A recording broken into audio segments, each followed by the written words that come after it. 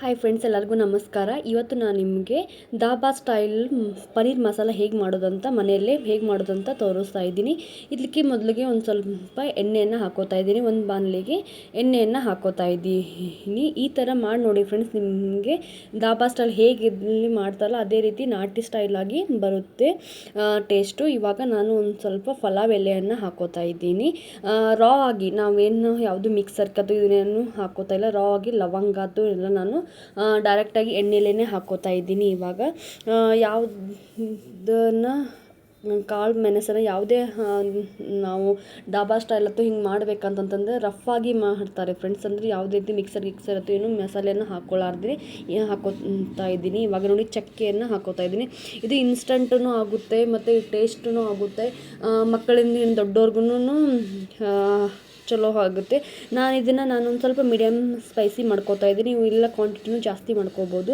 ಇವಾಗ ಮರಾಠಿ ಮೊಗ್ಗನ್ನು ನಾನು ಸುಮ್ಮನೆ ಜಾಸ್ತಿ ಇಲ್ಲ, ಅರ್ಧಕ್ಕಿಂತ ಕಡಿಮೆ ಎಲ್ಲ ನಾನು ಹಾಕೋತಾ ಇದ್ದೀನಿ. ಯಾಕಂದರೆ ಸ್ಪೈಸಿ ನಾನು ಮಾಡ್ತಾಯಿಲ್ಲ. ಬೇಕಾದರೆ ಸ್ಪೈಸಿ ಇಷ್ಟಪಡೋರು ಇದನ್ನು ನಾವು ಒಂದು ಸ್ವಲ್ಪ ಮಸಾಲೆನ ಪದಾರ್ಥನ ಜಾಸ್ತಿ ಹಾಕೋಬೋದು. ಜಾಸ್ತಿ ಮಸಾಲೆ ತಿನ್ನೋದು ಚಲೋ ಅಲ್ಲ ಅಂತ ಹೇಳಿ ನಾನು ಸ್ವಲ್ಪನೇ ಹಾಕೋತಾ ಇದ್ದೀನಿ. ಇವಾಗ ನಾನು ಸಣ್ಣದಾಗಿ ಕಟ್ಟಿರೋ ಉಳ್ಳಾಗಡ್ಡಿ ಮತ್ತು ದಪ್ಪ ಮೆಣ್ಸಿಕಾಯನ್ನ ಹೋಳು ಮಾಡಿಟ್ಕೊಂಡಿದ್ದೆ, ಅದನ್ನು ಹಾಕೋತಾ ಇದ್ದೀನಿ. ಸ್ವಲ್ಪ ಬೇಕಾದರೆ ಹಸಿಮೆಣ್ಸಿಕಾಯಿ ಬೇಕಂತಂದೂ ಸ್ಲೈಸ್ ಮಾಡಿನ ಹಾಕೋಬೋದು ಉದ್ದಗೆ. ಆದರೆ ನಾನು ದಪ್ಪ ಮೆಣ್ಸಿಕಾಯನ್ನ ಹಾಕೋತಾ ಇದ್ದೀನಿ. ದಪ್ಪ ಮೆಣ್ಸಿಕಾಯನ್ನೇ ಹಾಕ್ಕೊಳ್ಳಿ ಫ್ರೆಂಡ್ಸ್. ನಾವು ನಾರ್ಮಲ್ ಮೆಣ್ಸಿಕಾಯ್ಗಿಂತ ದಪ್ಪ ಮೆಣ್ಸಿಕಾಯನ್ನೇ ಟೇಸ್ಟ್ ಬಿಡುತ್ತೆ ಅದಕ್ಕೆ ನಾನು ನಿಮ್ಗೆ ಹೇಳ್ತಾ ಇರೋದು. ಇದ್ರ ಜೊತೆಗೇ ಹಾಕ್ಕೊಳ್ಳಿ, ಬಟ್ ದಪ್ಪ ಮೆಣ್ಸಿಕಾಯಿ ಹಾಕೋದನ್ನು ಮರೆಯೋಕ್ಕೆ ಹೋಗಬೇಡಿ. ಇವಾಗ ನಾನು ಇದಕ್ಕೆ ಬೆಳ್ಳುಳ್ಳಿ ಹಾಕೋತಾ ಇದ್ದೀನಿ. ಬೆಳ್ಳುಳ್ಳಿ ಪೇಸ್ಟ್ ನಾವೇನು ಮಾಡಿ ಬೆಳ್ಳುಳ್ಳಿನ 4 ಅಥವಾ 5 ಮೆಣಸನ್ನು ಸುಲ್ಕೊಂಡು ಅದನ್ನು ಕೊಟ್ಟಿಟ್ಕೊಂಡು ಇವಾಗ ಈ ಥರ ರಾಗೆ ಹಾಕೋತಾ ಇದ್ದೀನಿ. ನಾನು ಮಿಕ್ಸಿಗತ್ತು ಏನೂ ಹಾಕೋತಾ ಇಲ್ಲ. ಈ ಥರ ಮಾಡಿ ನೋಡಿದ್ರೆ ದಾಬಾ ಸ್ಟೈಲ್ ಹೇಗಿರುತ್ತಲ್ಲ ಅದೇ ರೀತಿ ಟೇಸ್ಟಾಗಿ ಬರುತ್ತೆ. ಜವಾರಿ ಟೈಪ್ ಅಂತಾರಲ್ಲ ಫ್ರೆಂಡ್ಸ್, ಈ ಥರ ಹಾಕೊಳ್ಳಿ ಫ್ರೆಂಡ್ಸ್. ಇದನ್ನು ನಾವು ಒಂದು ಸ್ವಲ್ಪ ಕೆಂಪಾಗಿ ಹುರ್ಕೋಬೇಕು ಫ್ರೆಂಡ್ಸ್. ಇವಾಗ ಕಲರೆಲ್ಲ ಚೇಂಜ್ ಆಗ್ತಾ ಇದೆ. ಇದನ್ನು ಸ್ವಲ್ಪ ಎತ್ತಿಟ್ಕೋತೀನಿ ನಾನು. ಈ ಥರ ನಾನು ಒಂದು ಅರ್ಧ ಹೋಳು ಕೊಬ್ಬರಿನ ನಾನು ಬರೀ ಮಿಕ್ಸಿಲಿ ಅದನ್ನು ಮತ್ತು ನೀರಿಗೆ ಹಾಕಿ ಏನೂ ಮಿಕ್ಸ್ ಮಾಡಿಲ್ಲ, ನೀರು ಮತ್ತು ಹಸಿ ಕೊಬ್ಬರಿಯನ್ನು ಸಣ್ಣದಾಗಿ ರುಬ್ಬಿಕೊಂಡಿದ್ದೀನಿ ಫ್ರೆಂಡ್ಸ್. ಅದನ್ನು ಇದಕ್ಕೆ ಹಾಕೋತಾ ಇದ್ದೀನಿ. ಇದು ಎಷ್ಟನ್ನು ರುಬ್ಕೊಂಡಿರ್ತೇವಲ್ಲ ಅದನ್ನಷ್ಟೇ ಹಾಕ್ಕೊಳ್ಳಿ ಫ್ರೆಂಡ್ಸ್. ನೀರತ್ತು ಜಾಸ್ತಿ ಏನೂ ಹಾಕ್ಕೊಳ್ಳಿಕ್ಕೆ ಹೋಗ್ಬಿಡಿ. ನಾವು ಸಣ್ಣ ಹಾಗೂ ಮುತ್ತಿಗೆ ಎಷ್ಟು ನೀರು ತೊಗೊಂಡಿರ್ತೀರಲ್ಲ ಅಷ್ಟೇ ನೀರನ್ನು ಹಾಕಿ, ಜಾಸ್ತಿ ಇವಾಗ ನೀರತ್ತು ಏನೂ ಹಾಕ್ಲಿಕ್ಕೆ ಹೋಗಬೇಡಿ. ಇದನ್ನೆಲ್ಲ ಚೆನ್ನಾಗಿ ಬಳೆದ್ಬಿಟ್ಟು ಇದಕ್ಕೆ ನಾನು ಹಾಕೋತಾ ಇದ್ದೀನಿ. ಇವಾಗ ಇದನ್ನೊಂದು ಸ್ವಲ್ಪ ಕೈ ಆಡಿಸ್ಕೊತೀನಿ ಫ್ರೆಂಡ್ಸ್. ಇದನ್ನೊಂದು ಸ್ವಲ್ಪ ಎಲ್ಲಿ ತನಕ ಕೈ ಆಡಿಸ್ಕೋಬೇಕಂತಂದರೆ ಘಮ ವಾಸನೆ ಹೋಗಿ ಇವೆಲ್ಲ ನೀರಿನ ಅಂಶ ಎಲ್ಲ ಹೋಗಬೇಕು. ನಾನು ಹೇಳೋದನ್ನು ಲಕ್ಷ್ಯ ಇಟ್ಟು ಕೇಳ್ಕೊಳ್ಳಿ ಫ್ರೆಂಡ್ಸ್. ಟೇಸ್ಟು ಬರಬೇಕಂತಂದರೆ ಇದರಲ್ಲಿರೋ ನೀರಿನ ಅಂಶ ಎಲ್ಲನೂ ಹೋಗಬೇಕು, ಅದು ಕೆಂಪಾಗೆ ಆಗಬೇಕು. ನೋಡಿ ಫ್ರೆಂಡ್ಸ್, ಇವಾಗ ನೀರಿನ ಅಂಶ ಎಲ್ಲ ಹೋಗಿದೆ. ನೋಡಿ ಫ್ರೆಂಡ್ಸ್, ನಿಮಗೆ ತೋರಿಸ್ತಾ ಇದ್ದೀನಿ. ಅಲ್ಲಿ ತನಕ ಹುರ್ಕೋಬೇಕು. ಇದನ್ನು ಸ್ಮೆಲ್ ಬರ್ತಾ ಇರುತ್ತೆ. ಅಲ್ಲಿ ತನಕ ಹುರ್ಕೊಂಡಿದ್ದಾದಮೇಲೆ ಆಮೇಲೆ 2 ನಾನು ಮೀಡಿಯಮ್ ಸೈಜಿರೋ ಟೊಮೆಟೊವನ್ನು ನೀರಿನಲ್ಲಿ ಹಾಕಿ ಪೇಸ್ಟ್ ಮಾಡಿಟ್ಕೊಂಡಿದ್ದೀನಿ. ಇದನ್ನು ಹಾಗೆ ಫ್ರೆಂಡ್ಸ್, ಮೊದಲು ಸಪ್ರೇಟಾಗಿ ಕೊಬ್ಬರಿ ಹುರ್ಕೊಂಡಿದ್ದಾದಮೇಲೆ ಇದು ಟೊಮೆಟೊ ಪೇಸ್ಟನ್ನು ಹುರ್ಕೋಬೇಕು. ಇವಾಗ ಇದಕ್ಕೂ ನೀರು ಹಾಕ್ಕೊಳ್ಳಿಕ್ಕೆ ಹೋಗ್ಬೇಕು. ಇಲ್ಲಿ ಒಂದು ವೇಳೆ ಜಾರ್ಗನೋ ಅಂಟಿದ್ರೂ ಅದರಲ್ಲಿ ನೀರು ಹಾಕಿ ಇದಕ್ಕೂ ನೀರು ಹಾಕ್ಲಿಕ್ಕೆ ಹೋಗಬೇಡಿ. ಬರೀ ಜಸ್ಟು ನಾವು ಏನು ಪೇಸ್ಟ್ ಮಾಡಿರ್ತೇವಲ್ಲ ವಿತ್ ಅದ್ರೇನು ಸಣ್ಣ ಆಗ್ಲಿಕ್ಕೆ ನೀರು ಎಷ್ಟು ತೊಗೊಂಡಿರ್ತೋ ಅಷ್ಟೇ ಪ್ರಮಾಣದಲ್ಲಿ ನೀರು ಹಾಕಿನೂ ಅದನ್ನು ಕುದಿಸ್ಕೊಳ್ಳಿ.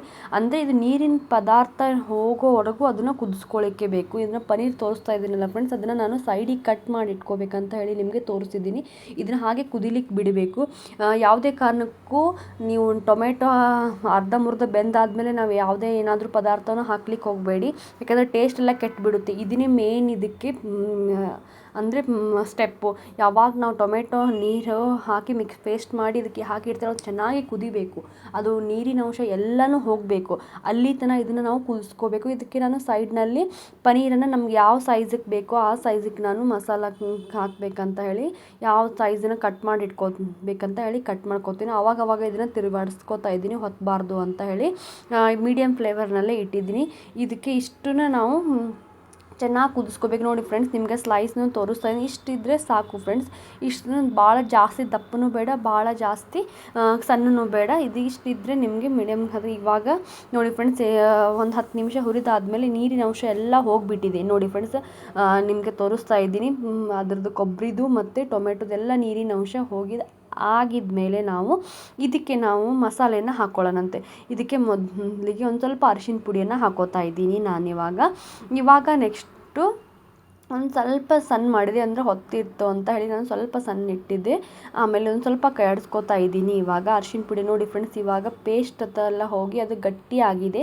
ಇವಾಗ ನಾವು ಇದಕ್ಕೆ ಖಾರ ಪುಡಿಯನ್ನು ಹಾಕೋತಾ ಇದ್ದೀವಿ, ಮಸಾಲೆ ಖಾರ ಅಂತಾರಲ್ಲ ಅದನ್ನು ಹಾಕೋತಾ ಇದ್ದೀನಿ. ಆಮೇಲೆ ಖಾರದ ಪುಡಿ ಅಂದರೆ ಬೆಳ್ಳುಳ್ಳಿ ಖಾರ, ಬರೀ ಮೆಣಸಿನ್ಕಾಯಿ ಪುಡಿ ಮಾಡಿರ್ತೇವಲ್ಲ ಅದನ್ನೊಂದು ಸ್ವಲ್ಪ ಸ್ವಲ್ಪ ಹಾಕೋತಾ ಇದ್ದೀನಿ.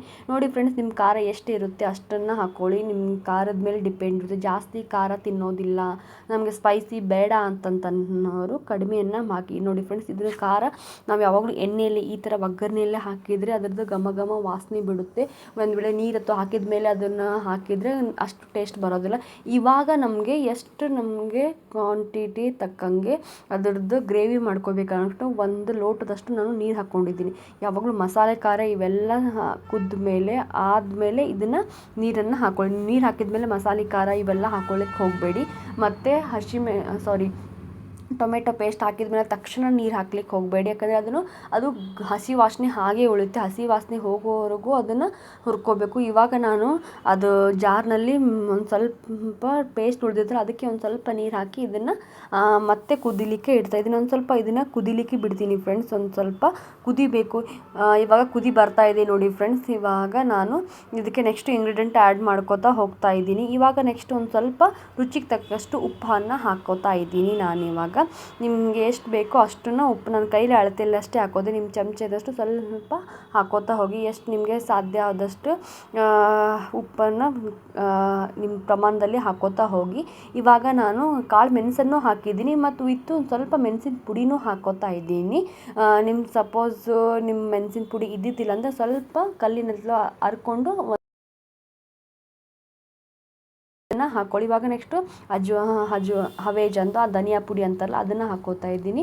ಅಂದರೆ ಇದೊಂದು ಸ್ವಲ್ಪ ಪುಡಿಗಿಂತ ನಾನು ಒಂದು ಸ್ವಲ್ಪ ಆಲ್ರೆಡಿನೂ ಹಾಕ್ಕೊಂಡಿದ್ದೀನಿ, ಅದನ್ನು ನೋಡಿ ಫ್ರೆಂಡ್ಸ್ ಹಾಕ್ಕೊಳ್ಳಿ. ಇವಾಗ ಎವರೆಸ್ಟ್ ಗರಂ ಮಸಾಲ ಹಾಕೋತಾ ಇದ್ದೀನಿ. ನಿಮ್ಗೆ ಎಷ್ಟು ಪ್ರಮಾಣದಲ್ಲಿ ನಾವು ಸ್ಪೈಸಿ ಬೇಕು ಅಂತಂತನ್ನೋರು ಅದ್ರ ತಕ್ಕಂಗೆ ಹಾಕಿ. ನಾವು ಒಂದೆರಡು ಹೆಸರನ್ನ ಜಾಸ್ತಿ ಹಾಕ್ತೀವಿ ಅಂದರೆ ಖಾರ ಆಗುತ್ತೋ ಅಷ್ಟೇ. ನಾನು ಮೀಡಿಯಮ್ ಸ್ಪೈಸಿ ಮಾಡ್ತಾ ಇರೋದ್ರಿಂದ ನಾನು ನೋಡಿ ಹಾಕೋತಾ ಇದ್ದೀನಿ. 2-3 ನಿಮಗೆ ಜಾಸ್ತಿ ಮಾಡ್ಕೋತಾ ಹೋಗಿ. ಲವಂಗ ಒಂದೇ ಹಾಕಿದ್ದೀನಲ್ಲ, ಅಥವಾ ನೀವು 2 ಹಾಕೋತಾ ಹೋಗಿ, 3 ಹಾಕೋತಾ ಹೋಗಿ. ಜಾಸ್ತಿ ಸ್ಪೈಸಿ ಇಷ್ಟಪಡೋರು.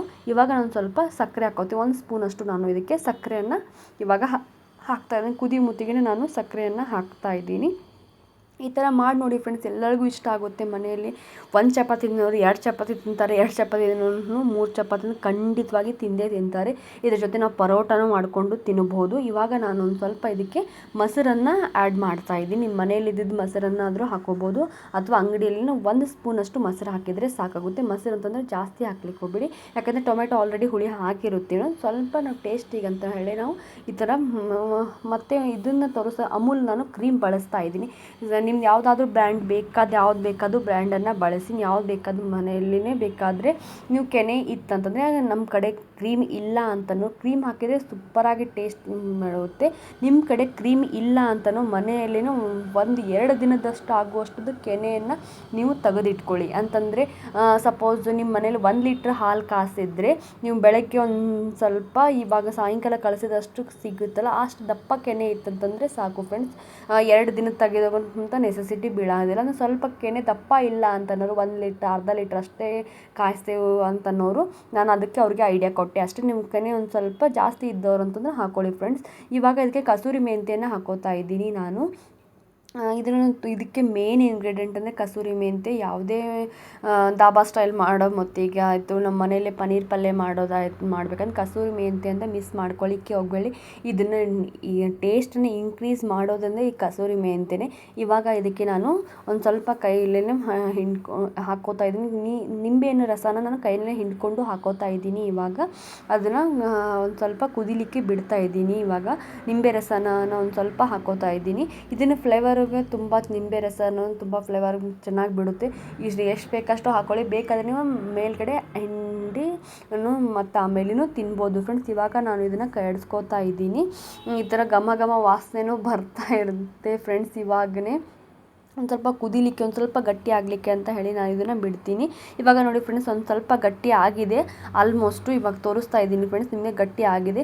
ಇದು ಜಲ್ದಿನೇ ಗಟ್ಟಿ ಆಗುತ್ತೆ. ಒಂದು 10 ನಿಮಿಷ 5 ನಿಮಿಷ ಆದಮೇಲೆ ಇದಕ್ಕೆ ನಾನು ಪನೀರನ್ನು ಏನು ಸ್ಲೈಸ್ ಮಾಡಿ ಇಟ್ಕೊಂಡಿದ್ದೀನಲ್ಲ ಫ್ರೆಂಡ್ಸ್, ಅದನ್ನು ನಾನು ಇವಾಗ ಹಾಕೋತಾ ಇದ್ದೀನಿ. ದಾಬಾ ಸ್ಟೈಲ್ ಅಂದರೆ ಈ ಥರನೇ, ಅಂದರೆ ನಾಟಿ ಸ್ಟೈಲ್ ಇರುತ್ತೆ ಫ್ರೆಂಡ್ಸ್. ಇವಾಗ ಜವಾರಿ ಟೈಪು, ಅಂದರೆ ಇನ್ಸ್ಟಂಟ್ ಮಾಡಿಬಿಡ್ಬೋದು. ಯಾವುದೇ ರೀತಿಯಿಂದ ಹುರಿಯೋದು, ಅಂದರೆ ಮಸಾಲೆ ಪದಾರ್ಥನ ಹಾಕೊಳ್ಳೋದು ಅಂತ ಏನೂ ಇರೋದಿಲ್ಲ. ಇನ್ಸ್ಟಂಟ್ ನಮ್ಮ ಕಡೆ ಏನಿರುತ್ತಲ್ಲ ಅದನ್ನೇ ಹಾಕೋಬೋದು. ನಿಮಗೆ ಒಂದು ವೇಳೆ ಯಾರಾದರೂ ಸಡನ್ನಾಗಿ ಗೆಸ್ಟ್ ಬಂತಂದರೆ ಮನೇಲಿ ಈ ಥರ ನೀವು ಮನೆಯಲ್ಲೇ ಮಾಡಿಕೊಟ್ರೆ ಅಂದರೆ ಅವ್ರಿಗೂ ಸ್ಪೆಷಲ್ ಅಂತ ಅನಿಸುತ್ತೆ.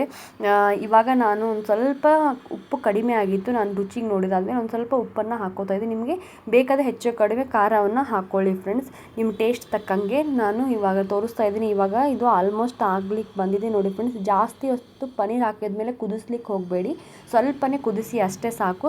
ಇವಾಗ ಲಾಸ್ಟಿಗೆ ನಾನು ತುಪ್ಪನ ಆ್ಯಡ್ ಮಾಡ್ತಾಯಿದ್ದೀನಿ ನೋಡಿ ಫ್ರೆಂಡ್ಸ್. ನಾನು ಹೇಳಿದ್ನಲ್ಲ, ದಾಬಾ ಸ್ಟೈಲ್ ಮೇನ್ ಇಂಗ್ರೀಡಿಯೆಂಟ್ ತುಪ್ಪನ ಮೇಲ್ಗಡೆ ಹಾಕಬೇಕು. ಒಗ್ಗರಣೆ ಹಾಕೋ ಮೊತ್ತಿಗೆ ಮೊದಲೇನೆ ನೀವು ತುಪ್ಪ ಆಗಲಿ ಬೆಣ್ಣೆ ಆಗಲಿ ಅದರಲ್ಲೇ ನೀವು ಪಾನಿ ಹಾಕ್ಲಿಕ್ಕೆ ಹೋಗಬೇಡಿ, ಯಾಕಂತಂದರೆ ಅದು ಟೇಸ್ಟ್ ಎಲ್ಲ ಕೆಟ್ಬಿಡುತ್ತೆ. ಇವಾಗ ನೀವು ಏನು ಆದಮೇಲೆ ಗಾರ್ನಿಷ್ಗೆ ಅಂತ ತಿಳ್ಕೊತಿರೋ, ಏನಾದರೂ ಟೇಸ್ಟಿಗೆ ಅಂತ ತಿಳ್ಕೊತಿರೋ ಗೊತ್ತಿಲ್ಲ, ಆದರೆ ಮೇಲ್ಗಡೆನೇ ತುಪ್ಪ ಹಾಕಿ. ಇದಕ್ಕೆ ಇದು ಮೇನ್ ಅಂತಂದರೆ ಇದನ್ನೇ ನೆನಪಿಟ್ಕೊಳ್ಳಿ ಫ್ರೆಂಡ್ಸ್. ನೋಡಿ ಫ್ರೆಂಡ್ಸ್, ಈ ಥರ ರೆಡಿ ಆಗಿದೆ, ಕಲರ್ಫುಲ್ಲಾಗಿ ಕುದೀತಾ ಇದೆ. ಜಾಸ್ತಿ ಕುದಿಲಿಕ್ಕೆ ಹೋಗಬೇಡಿ. ನಿಮಗೆ ತೋರಿಸ್ತಾ ಇದ್ದೀನಿ ನೋಡಿ ಫ್ರೆಂಡ್ಸ್, ಎಷ್ಟು ಥರ ಸೂಪರಾಗಿ ಬಂದಿದೆ. ಇದನ್ನು ಈ ಥರ ನಾನು ಮನೇಲಿ ಅವಾಗವಾಗ ಮಾಡ್ತಾ ಇರ್ತೀನಿ. ಎಲ್ಲರೂ ನಮ್ಮ ಮನೇಲಿ ತುಂಬ ಇಷ್ಟಪಟ್ಟು ತಿಂತಾರೆ. ನೀವು ಈ ಥರ ಟ್ರೈ ಮಾಡಿ ನೋಡಿ ಫ್ರೆಂಡ್ಸ್. ನಿಮಗೂ ಚಲೋ ಬಂತಂದರೆ ನನಗೆ ಕಮೆಂಟ್ ಮಾಡಿ ಹೇಳಿ. ಇದನ್ನು ಆಗಿದೆ ಫ್ರೆಂಡ್ಸ್. ಇವಾಗ ನಾನು ಸ್ಟವ್ ಆಫ್ ಮಾಡ್ತೀನಿ ಫ್ರೆಂಡ್ಸ್, ನಿಮಗೆ ತೋರಿಸ್ತೀನಿ ಫ್ರೆಂಡ್ಸ್. ಸ್ಟವ್ ಆಫ್ ಮಾಡ್ತೀನಿ. ಇವಾಗ ಈ ಥರ ರೆಡಿ ಆಗಿದೆ ಫ್ರೆಂಡ್ಸ್. ನಮಗೆ ಇದು ರೆಸಿಪಿ ನಿಮಗೆ ಇಷ್ಟ ಆದರೆ ಲೈಕ್ ಮಾಡಿ, ಶೇರ್ ಮಾಡಿ. ಆದಷ್ಟು ಬೇಗ ನನ್ನ ಚಾನಲ್ಗೆ ಸಬ್ಸ್ಕ್ರೈಬ್ ಆಗಿ. ಗಾರ್ನಿಷ್ಗೆ ಅಂತ ಹೇಳಿ ಒಂದು ಸ್ವಲ್ಪ ಕ್ರೀಮ್ ಹಾಕಿದ್ದೀನಿ ಫ್ರೆಂಡ್ಸ್. ಟ್ರೈ ಮಾಡಿ ನೋಡಿ ಫ್ರೆಂಡ್ಸ್. ಬಾಯ್.